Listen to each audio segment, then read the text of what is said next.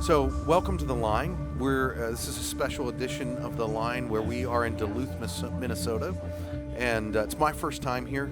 I actually have fallen in love with this town already. I've only been here for like 72 hours. The people are so cool up here. I've been fascinated. I'm from the East Coast, and we do this thing where we don't really talk to people.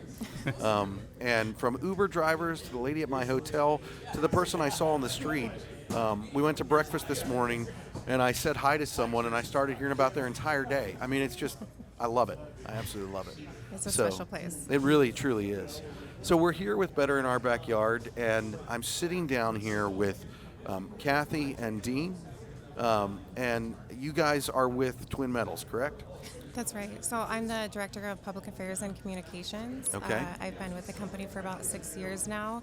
I'm really passionate about the storytelling behind the mining industry and Twin Metals in particular, and what a modern, sustainable mining operation that we're putting forward and telling that story. I think it's a really important story to tell. I mean, at Blackline, that's what we do. We try to tell the stories of the people. You know, our vision is to lift the view of the skilled trades, and we do that through telling story. So you obviously know about that. The cool thing about mining is it's a really important story to tell, because there are other people out there that have been telling your story for decades. And I would say, I don't know that they're telling the whole story, or they're not telling the right part of the story, or they're only telling parts of the story that kind of cover over the other things. So that's what you invest in and what you do at Twin Metals.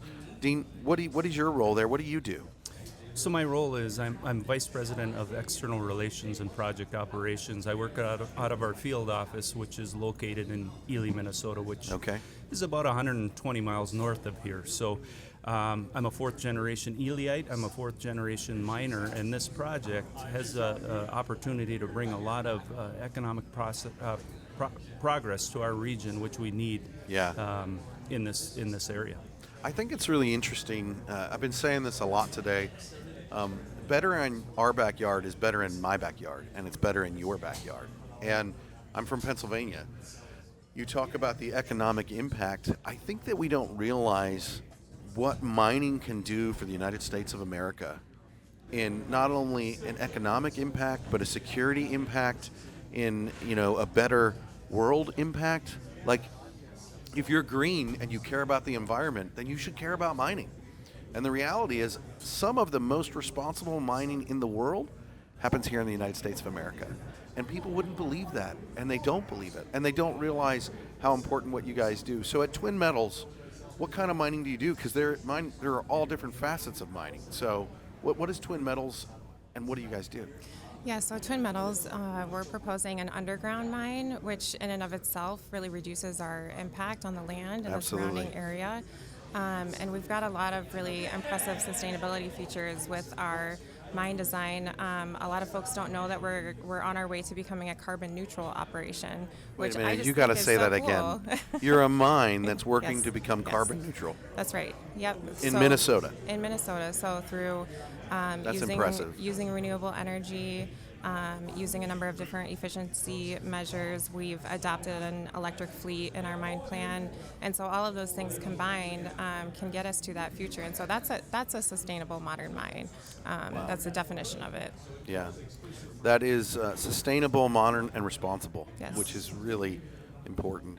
Dean, how would you describe what you guys do and what you're about? Well, I think one thing to be clear on is the fact that we are proposing a project at this point in time. We're not actually mining. And so when we look at the deposit that we're working in, part of the Duluth complex, it's one of the world's largest known untapped resources of copper, nickel, platinum, palladium, that's cobalt. All of it. That's all of it. And wow. And you said largest in the world. One of the largest known in the world, yes, for sure. And so our opportunity is, as Kathy mentioned, is to put forth a sustainable mine plan to regulators so that they can look at this and we can work with them and eventually come to the point of receiving permits, constructing a mine, and operations. Yeah. And to that point of getting to operation, we'll have almost $2 billion dedicated to that project. Wow. So, Kathy, I'm curious. So you guys are working towards that. That's a huge investment. It's a huge thing to go after. Why is that so important to you? And you talked earlier. You said something that kind of tugs at my heartstrings a little bit. You talked about telling the story. Why does that matter so much? Why does it matter for us as miners or tradespeople to tell the story? And in your role, I think you probably understand it more than most. For other businesses that are either on the board, like, we see all these names of these businesses here, and even around the country, why does it matter to make the investment to tell the story? Well, everything that we consume as humans is either grown or produced on a farm or it's mined. Yeah. And that's just a fact. And so we are really passionate about doing it in the right way, doing it here rather than outsourcing our needs. Yeah. And mining literally impacts every asset of every single aspect of our lives, whether it's our smartphones to renewable technology, to the roads we drive on, to the electrical infrastructure that we rely on to turn our lights on in the morning. It literally impacts everyone's lives every day. And so that's why I'm really passionate about telling the story about mining and about how we can do it safely and responsibly, because it really is fundamental to all of our lives. So we wouldn't be able to turn on the lights in the morning without mining. Yeah, I think that's something a lot of people don't realize. And I love that you guys are working towards one that is in the ground. I mean, and you're how far into it are you? Like, you've been working on this. I know I've been talking recently and permitting and all that stuff. That this is a long-term play. You are playing the long game. So where are you guys at in the game? Well, quite frankly, we've had some challenges brought on by opponents, typically of what we want to do, and the right now we're in litigation, quite frankly, to secure our leases and to move forward to getting a submission to the regulators to take a look at what we have to propose for the future. So a little bit of a challenge there. We're hopeful that things are going to turn around for us. We're going to work with the regulators and make sure that, again, that proposal is the right fit for our region. Yeah. And I'll guarantee you, if you love Duluth, drive 120 miles north, you'll just stop here and fly in here and you'll be up there all the time. It's beautiful. I believe it. And I'm a cold weather guy, so this weather does not bother me at all. This isn't cold. Yeah. No, it's quite balmy today. You are literally, the lady the other night said to me, she goes, yeah, it's going to be a warm one tomorrow. And I was like, we're still in the teens. So, yeah. Well, I think just like what we're talking about with mining and even towns and cities and states and our backyards, it's about the people, and the people are what makes up business. They're what makes up life. They're what makes up our towns, our states, our countries. And you guys are investing not only in, bringing the next generation into your area and doing it sustainably, doing it, you're talking about carbon neutral, talking about being responsible, all of that stuff. It really is an investment for the future, and that really matters.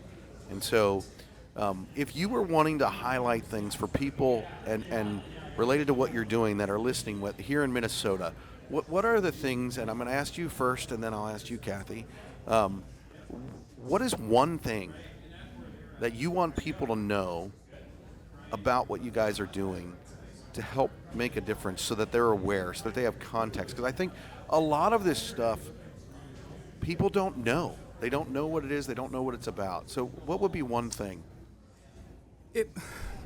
So there's a lot. There's a lot packed in that question. Yeah. But what I will say is Minnesota has a strong mining history. And there's actually people in Minnesota that don't know that we still mine. Yeah. And so under modern regulations, we can do it right. We can prove that we can do it right. And the one thing that stands out to me is the fact that, we have the opportunity not only to contribute to the state, to contribute to our nation, but to contribute to the school kids of this state of Minnesota. Come on. All the public school kids are beneficiaries of mining throughout the state. Yeah. And it's huge, and people don't recognize that. And we have that opportunity to help contribute to that. And, I think there's a bright future ahead just based on that. I can feel it in the air. I'm very excited for the next 30 years because I think that the opportunity is great. So, Kathy, what's your one thing? Well, I mean, I do want to stress that, this conversation about mining and mining responsibly is a really nuanced one, and it's complicated, and That's it's hard true. to talk about in It just is. a couple of minutes here on a podcast.